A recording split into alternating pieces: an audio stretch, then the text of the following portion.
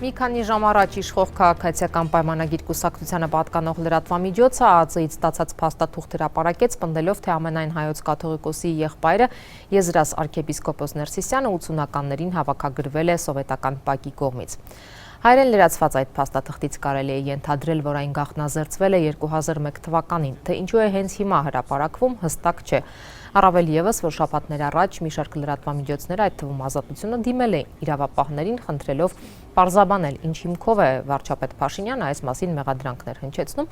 եւ որևէ հիմք չէին ստացել։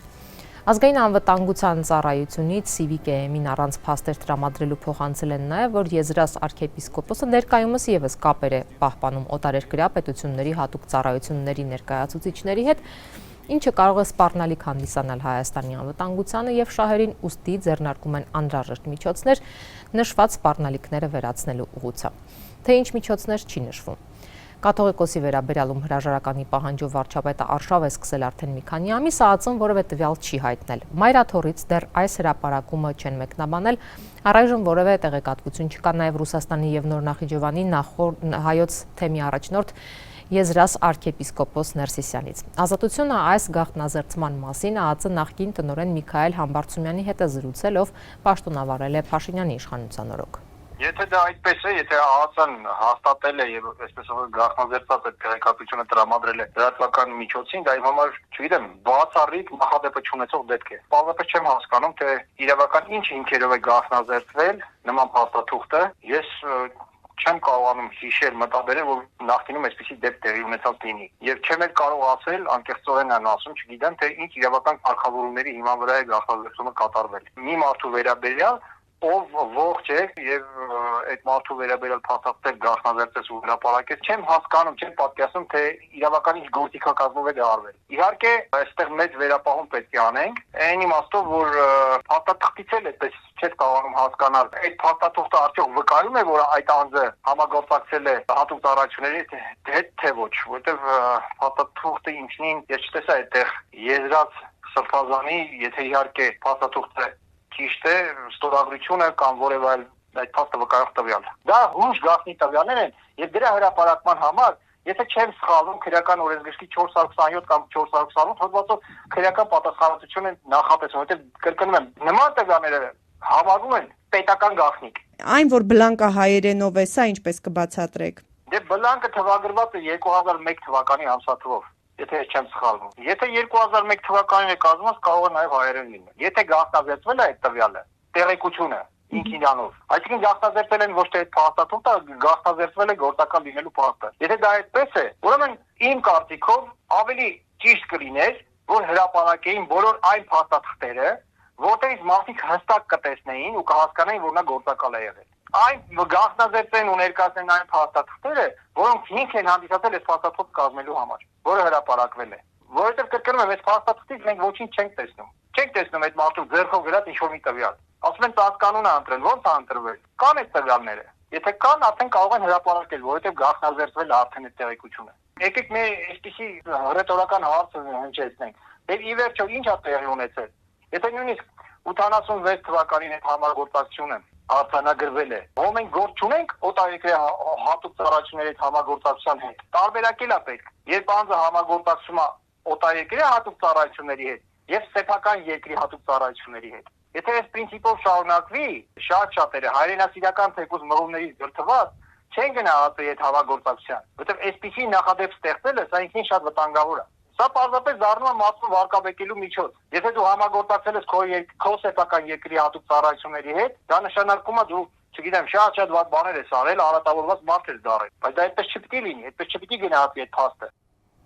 Թեմային այսօր անդրադարձել է նաև նախկին նախագահ Սերժ Սարգսյանը, ով 90-ականներին ազգային անվտանգության նախարարի պաշտոնն է զբաղեցրել։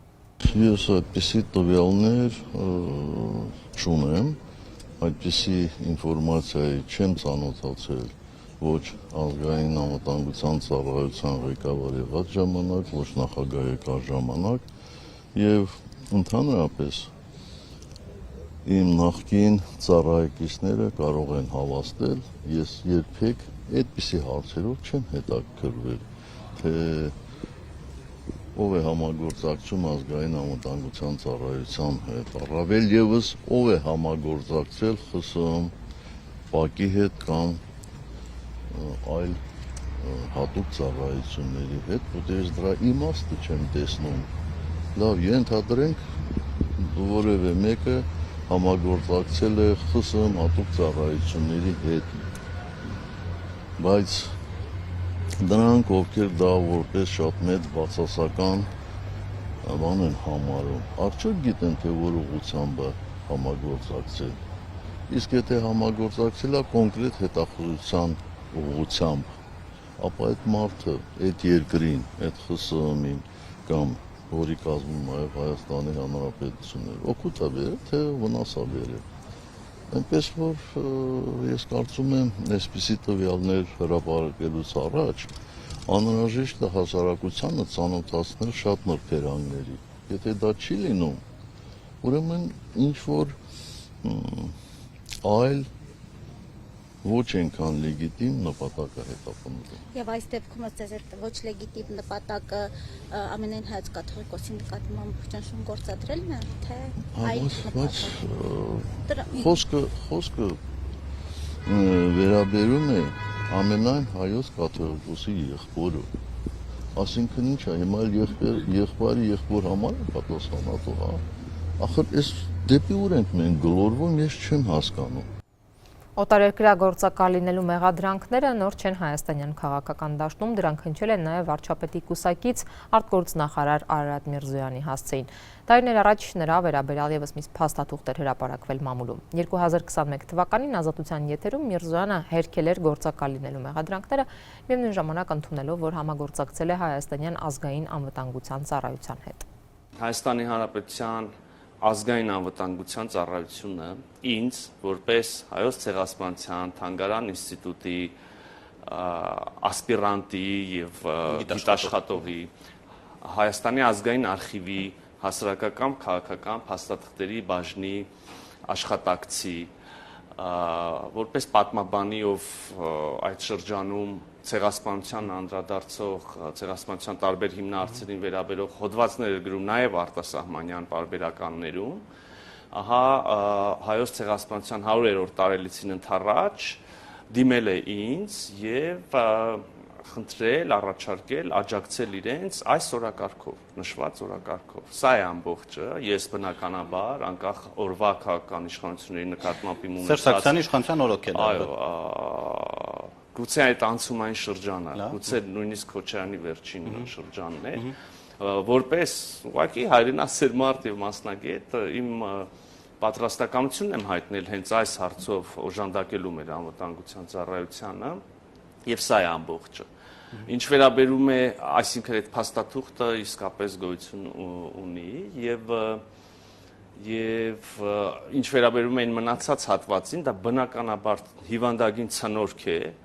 եւ այդ մարդը պիտի դեռ այդ սարսափելի մեղադրանքի համար իմ բարի համբավը